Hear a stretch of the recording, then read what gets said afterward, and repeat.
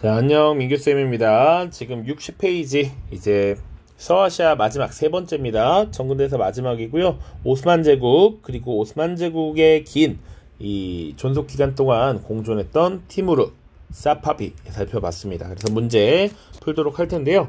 4개년간 기출 보시면 거의 다 오스만이었다. 그리고 23년 수능과 24년 6평에서만 티무르가 예외적으로 한번 나왔었습니다.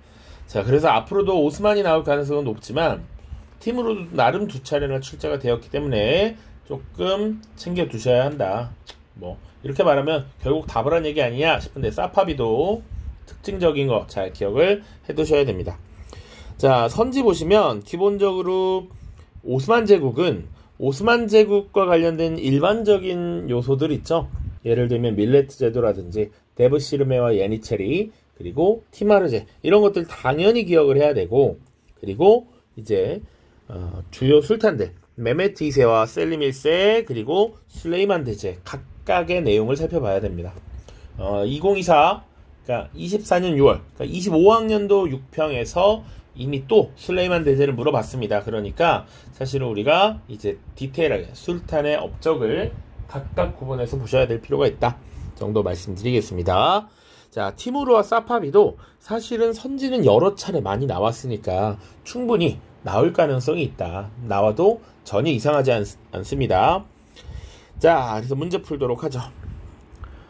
자, 2021 구모 5번 문항입니다. 다음 자료의 술탄이 통치한 제국에 대한 설명으로 옳은 것은, 자, 일찍이 크리스트교를 공인한 로마 황제가 새 수도를 정하고 이를 새로운 로마로 칭하였습니다. 이에 젊고 패기 넘치는 술탄이 난공불락의 그 도시를 함락함으로써 자신이 황제 권좌에 오를 만한 강력한 지배자임을 입증하였습니다.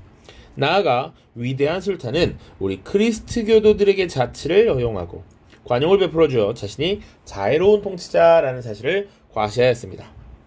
자, 그래서 지금 이 술탄이 난공불락의 도시를 함락했다라고 나와 있는데, 그 도시, 여기서 말하는 그 도시가 이 새로운 수도겠죠? 자, 우리가 유럽사를 안 배웠으니까 사실은 좀 그렇지만 미리 그래도 풀어보는 겁니다. 크리스트교를 공인한 로마 황제, 요게 누구냐면요, 콘스탄티누스라고 하는 황제입니다. 콘스탄티누스. 그리고 이 황제가 새로운 수도를 정하고 이를 새로운 로마, 자신의 이름을 따서 콘스탄티노폴리스라고 이름을 붙였습니다. 자, 이 콘스탄티노폴리스라고 하는 도시는 삼면이 바다로 둘러싸여 있고 뒤에도 산으로 막혀 있어서 천혜의 요새였어요. 그래서 쉽게 넘보기 어려운 그 도시였는데, 이 젊고 패기 넘치는 술탄이 드디어 이 콘스탄티노폴리스를 함락했다라는 것이죠. 그럼 우리가 요거까진 배웠잖아. 콘스탄티노폴리스라고 하는 도시를 함락함으로써 비잔티움 제국을 무너뜨렸던 이 술탄, 바로 오스만 제국의 바로 메메트 2세죠. 메메트 2세. 자, 그래서 이 메메트 2세의 별명이 정복자라는 호칭이 있다라고도 이야기를 했었습니다. 자, 그래서 지금 제국을 물어본 거니까 오스만 제국에 대한 설명만 찾으면 되겠죠. 1번, 바브르에 의해 건국되었다. 아직 우리 인도에서 다루지 않았지만 무굴 제국입니다. 무굴 제국. 자, 예니체리 제도를 시행했다. 이게 정답이죠. 예니체리라고 하는 건 보통 데브시르메라고 하는 제도를 통해서 이슬람교를 믿지 않는 청년들 일부를 징집했고 그들을 개종시켜서 술탄의 친위부대로 만들었던 것. 술탄의 친위부대가 바로 예니체리죠. 베르댕 조약으로 분열한 것은 유럽사에서 다루겠지만 프랑크 왕국입니다. 카롤루스 대제라고 하는 강력한 이 국왕이 죽고 나서 베르댕 조약, 메르센 조약을 체결하고 그 아들들이 프랑크 왕국의 영토를 나눠 가졌습니다. 탈라스 전투에서 승리한 것은 아바스 왕조고요. 게르만족의 침입에 의해 멸망한 것은 로마, 특히 서로마가 되겠습니다. 서로마. 자, 오른쪽 밑줄 친 그의 나라에 대한 설명으로 옳은 것은, 자, 여기 있는 기출문제는 유럽사가 어느 정도 쌓여있는 상태에서 풀기가 좋은 문제입니다. 대략 그래도 이런 문제를 물어봤구나 딱 이해하시면 돼. 그 정도 느낌만 보시면 돼요. 자, 플랑드르의 우리 교회는 여전히 신성 로마 제국의 카를 5세의 핍박을 받고 있어. 그런데 최근에 왕 중의 왕이자 이집트의 지배자라고 불리는 자가 은밀히 루터파 제후들에게 서신을 보내 군사적 지원을 제안하였다고 해요. 비록 그는 이스마엘의 후예지만 우리와 마찬가지로 유일신을 섬기고 있어. 그렇소. 설령 그가 신성 로마 제국을 또다시 침공하더라도 루터파 제후나 교회는 어떤 피해도 입히지 않겠다고 하고, 그의 나라는 이집트를 거쳐 북아프리카로 세력을 이미 확장했어. 이와 같이 위세가 대단한 그들의 지원을 받게 된다면 결국 황제도 우리 교회와의 타협을 모색할 것이오 라고 되어 있어요. 자, 요게 이미 신성 로마 제국이라고 등장하고 있어요. 프랑크 왕국이 나뉘고 난 이후에 오늘날의 독일 오스트리아 지역에 사실은 형성되었던 이 느슨한 형태의 국가, 요게 신성 로마 제국입니다. 자, 그리고 이 신성 로마 제국은 그의 나라로부터 이미 침략을 받았던 적도 있어요. 그래서 예를 들면 동유럽의 헝가리나 오스트리아의 빈 포위 공격당하는 이런 모습들이 있었고, 그리고 이미 이집트를 거쳐서 북아프리카로 세력을 이미 확장을 했던 국가입니다. 오스만 제국에서 셀림 1세 같은 인물을 대표적으로 들 수 있죠. 그리고 요 이스마엘의 후예라고 하는 건 우리 종교 크리스트교와 이슬람교를 말할 때 이 이슬람교가 보통 이스마엘의 후예다 이런 표현을 씁니다. 자, 그래서 사실은 기본적으로 크리스트교나 이슬람교나 그 근본 신을 믿는 건 동일한데, 그 계보를 보면 아브라함이라는 인물이 있고요, 그 아들 이삭이 있고 또 이스마엘이 있습니다. 그래서 주로 이 이삭의 계열이라고 보통 보는 걸 이제 크리스트교로 이어진다라고 보고, 이스마엘의 후예를 이슬람 이런 식으로 보는 경향이 있습니다. 그래서 요거 지금 이스마엘의 후예이다, 유일신을 믿고 있다, 신성 로마 제국을 침공한 사례가 있다, 그래서 헝가리를 정복했다든지, 혹은 신성 로마 제국의 핵심 지역이 독일 오스트리아 지역이니까 오스트리아의 빈을 포위 공격했었죠. 2차례나 그랬습니다. 뭐 요런 내용들, 그리고 이집트를 거쳐서 북아프리카 지역으로 세력을 떨쳤다, 이런 것들을 통해서 셀림 1세의 사례를 들 수 있다, 오스만 제국이구나 라는 것을 유추 가능하다. 자, 그래서 1번 알자스 로렌 지방을 병합하였다. 이 알자스 로렌 지방은 사실은 여러 번 언급이 될 텐데, 프랑스와 독일 사이의 접경지대라고 보시면 됩니다. 그래서 사실은 프랑스나 독일이 어떠한 전쟁을 치르면서 한 나라가 우위를 점하게 되면, 한 나라가 전쟁에서 승리하면 그 국가가 이 지역을 가져갔었어요. 요거는 유럽사에서 좀 더 자세히 다룰 텐데, 예를 들어서 불전쟁이라고 하는 걸 다룰 겁니다. 프랑스와 독일의 전신이라고 할 수 있는 프로이센의 전쟁입니다. 여기서 보가 프로이센이야, 프로이센. 불이 불란서라고 해서 프랑스입니다. 여기선 프로이센이 승리했거든요. 그래서 프로이센이 알자스 로렌 지방을 가져가고, 그리고 시간이 지나면 1차 대전에서 사실상 독일과 프랑스가 다시 붙고 독일이 그때 패전을 하게 되죠. 그래서 최종적으로 1차 대전 이후에는 이 프랑스가 알자스 로렌 지방을 다시 가져갑니다. 자, 2번 발칸반도의 대부분의 지역을 지배하였다. 맞죠, 요게. 콘스탄티노폴리스를 제외한 발칸반도 지역을 장악함으로써 사실상 비잔티움 제국을 포위했었던 것이 오스만 제국입니다. 니스 등 이탈리아 북부 일부를 확보하였다. 요거는 나중에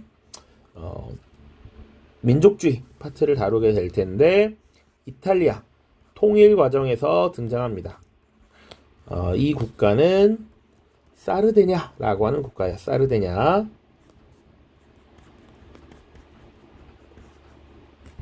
4번 슐레지엔 지방에 대한 지배권을 장악하였다. 요게 프로이센에 대한 설명이 될 거고요. 5번 프로이센 등과 함께 폴란드를 분할 점령했던 건 오스트리아와 그리고 러시아입니다. 생소한 선지인데 뒤에 가면 다 배울 내용들입니다. 이렇게 보시면 돼요.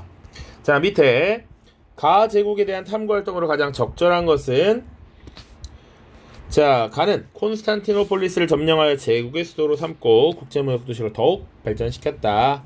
자, 그리고 밑에 쭉 보시면 밀레트 제도가 시행되어 비이슬람 교도들도 납세의 의무만 지키며 자치를 누렸다. 자, 지금 딱 보면 이 나라는 일단 어떤 종교를 믿는 나라? 이슬람교를 믿는 나라. 이슬람교 국가이다. 그리고 콘스탄티노폴리스를 점령해서 수도로 삼았다. 그럼 누굽니까? 바로 가는 오스만 제국이 되겠죠. 자, 그리고 이 콘스탄티노폴리스라고 하는 도시가 나중에 이스탄불이라는 이름으로 바뀌게 됩니다. 그리고 이것을 점령했던 술탄 메메트 2세 이렇게 같이 봐주시고요. 자, 밀레트 제도 요게 하나가 더 쐐기였죠. 오스만. 자, 1번 파르티아의 멸망 원인을 조사한다. 우리 지금 기억해야 됩니다. 아시리아가 최초의 통일. 자, 여기서 쓸게요. 아시리아 다시 분열. 리오넬 메시는 시니아 다시 통합. 아케메네스 왕조 페르시아. 그 다음 알렉산드로스 제국 등장했다. 금방 무너졌고요. 서아시아 지역에는 파르티아가 등장하고요. 이 파르티아를 무너뜨리고 사사왕조 페르시아가 등장하죠. 그러니까 파르티아의 멸망 원인을 조사한다 라고 하면 사실은 사사왕조 페르시아와 관련된 탐구활동이 되겠죠.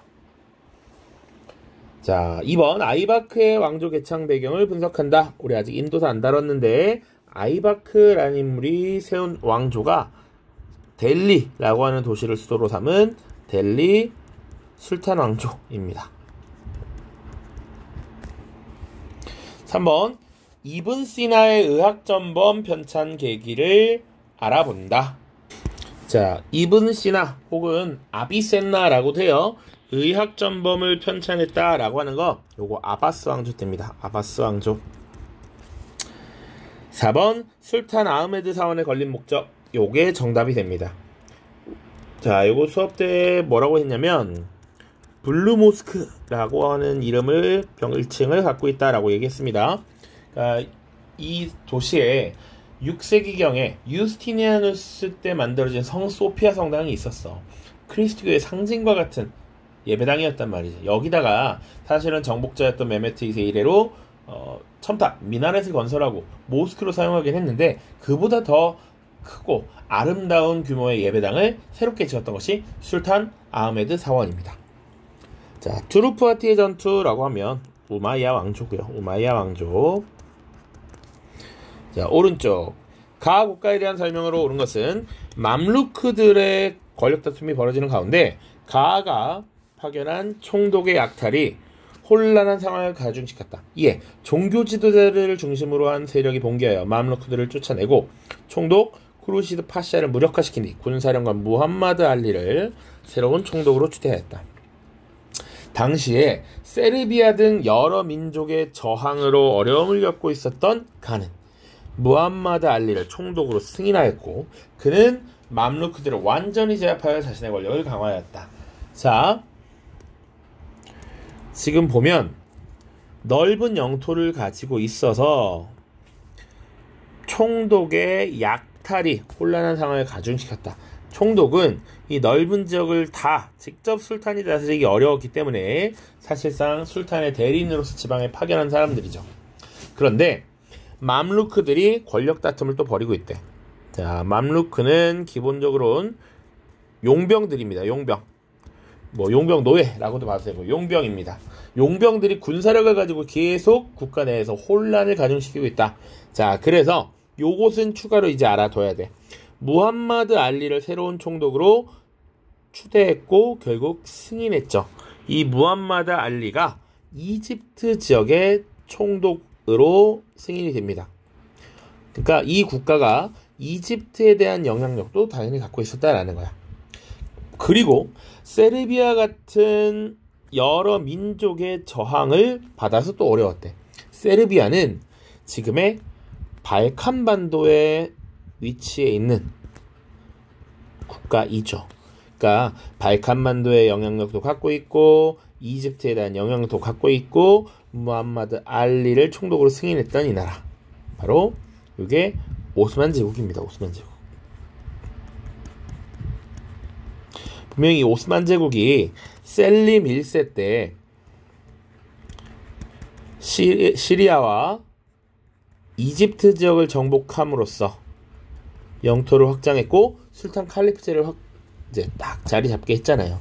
그때 사실은 이제 맘루크 왕조를 정복했다라고 했죠. 그러니까 용병들이 세운 국가를 이때 접수했던 거고, 그 맘루크들이 지금 다시 흥기해서 혼란을 주고 있었다 정도로 인식하면 됩니다.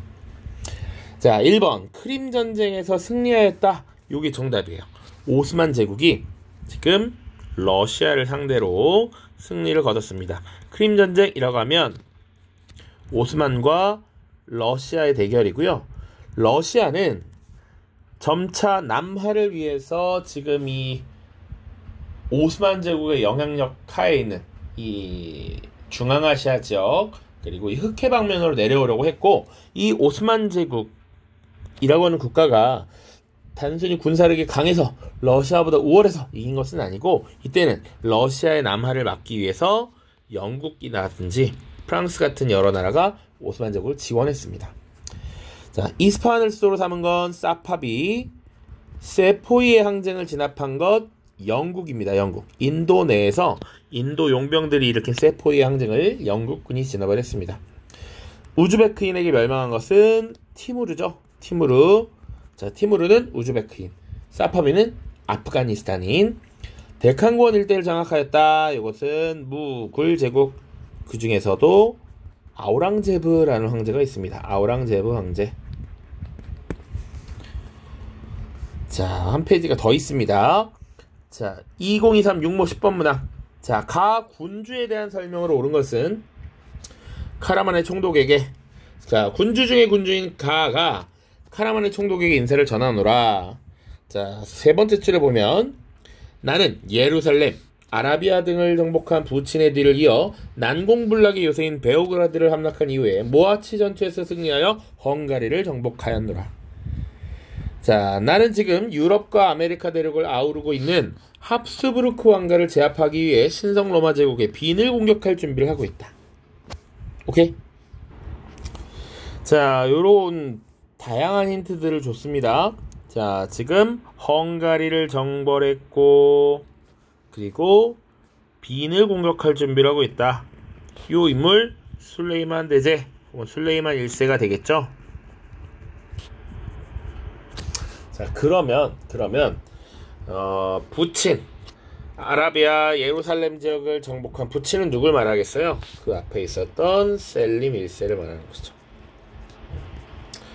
그래서 셀림 1세, 술레이만 1세 다 각각 알고 있니? 그리고 술레이만 1세에 대해서 지금 묻고 있죠. 1번 몽골 제국의 재건을 내세웠다. 몽골을 다시 세우자 라고 했던 거 누굽니까? 오스만이 아니라 티무르죠. 티무르. 콘스탄티노폴리스로 수도를 옮겼던 것은 로마 제국의 콘스탄티누스가 되기도 하고요. 혹은 이 도시를 점령했던 메메트 2세가 이쪽으로 수도를 옮기게 되죠. 이집트의 맘루크 왕조를 정복한 것은 셀림 1세고요. 탈라스 전투에서 당해 군대를 격퇴하였다. 아바스 왕조. 유럽 연합함대를 물리쳐 동지중해를 장악하였다. 요게 술레이만 1세에 대한 설명이 되겠습니다. 요게 뭡니까? 프레베자 해전이라는 것이죠. 유럽의 연합함대를 무찔렀다. 1538년 프레베자 해전이었습니다. 자, 오른쪽 가 술탄에 대한 설명을 옳은 것은, 자, 가는 선대 술탄들이 공포한 법령들을 정비하고 법전을 편찬하여 입법자로 불렸다. 또한 건축과 문화, 회화 등 다양한 예술 분야를 후원하여 문화를 발전시켰다. 자, 그리고 가는 영토 확장에도 힘써서 동쪽으로는 바그다드를 점령하고 서쪽으로는 헝가리 정복에 이어 빈을 공격하는 등 세 대륙에 걸쳐 술탄의 위세를 떨쳤다. 역시 술레이만이죠, 술레이만. 자, 그럼 술레이만에 대한 설명으로 옳은 것은입니다. 1. 크림 전쟁에서 승리하여 러시아의 남하를 저지하였다. 자, 술레이만의 그 재위 연도까지 뭐 외울 건 없지만 16세기입니다. 16세기 전성기를 이끌었어요. 근데 이 크림 전쟁은 기본적으로 1853년부터 1856년이에요. 19세기입니다. 한참 뒤에 전혀 관계가 없습니다. 그리고 뭐 이끈 술탄 이런 거 나오지도 않아요. 그것에 이집트와 시리아를 지배하던 맘루크 왕조를 정복한 것 셀림 1세고요. 부국강명을 추진하는 탄지마트를 추진하였다. 자, 이거는 1839년부터 시행됐고 술탄 압둘 마지드라는 인물입니다. 이름까지는 알 필요 없어. 39년 술탄 압둘 마지드. 자, 4번 콘스탄티노폴리스를 점령하여 비잔티움 제국을 멸망시켰다. 메메트 2세죠. 1453년의 일입니다. 5번 유럽 연합 함대를 무찔러서 동지 중에 제해권을 장악했죠. 이렇게 보시면 되겠습니다. 자, 밑에 자, 가 인물에 대한 설명을 옳은 것은 이라고 되어 있고요. 지금 이브н 할둔의 주요 행적이라고 되어 있는데 가를 보자고. 가 인물인데 맘루크 왕조와 오스만 제국을 공격하기 위해서 사마르칸트에서부터 원정군을 이끌고 왔다 라고 되어 있죠. 요게 결정적 힌트지. 사마르칸트에서부터 원정군을 이끌고 왔어. 자, 그래서 맘루크 왕조 술탄의 사절단으로서 협상을 전개함.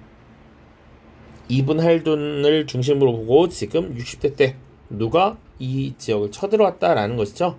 요게 끝입니다. 나머지는 이브n 할둔의 개인적인 일이니까요. 지금 가 국가가 사마르칸트에서부터 원정군을 이끌고 왔대. 자, 바로 티무르죠.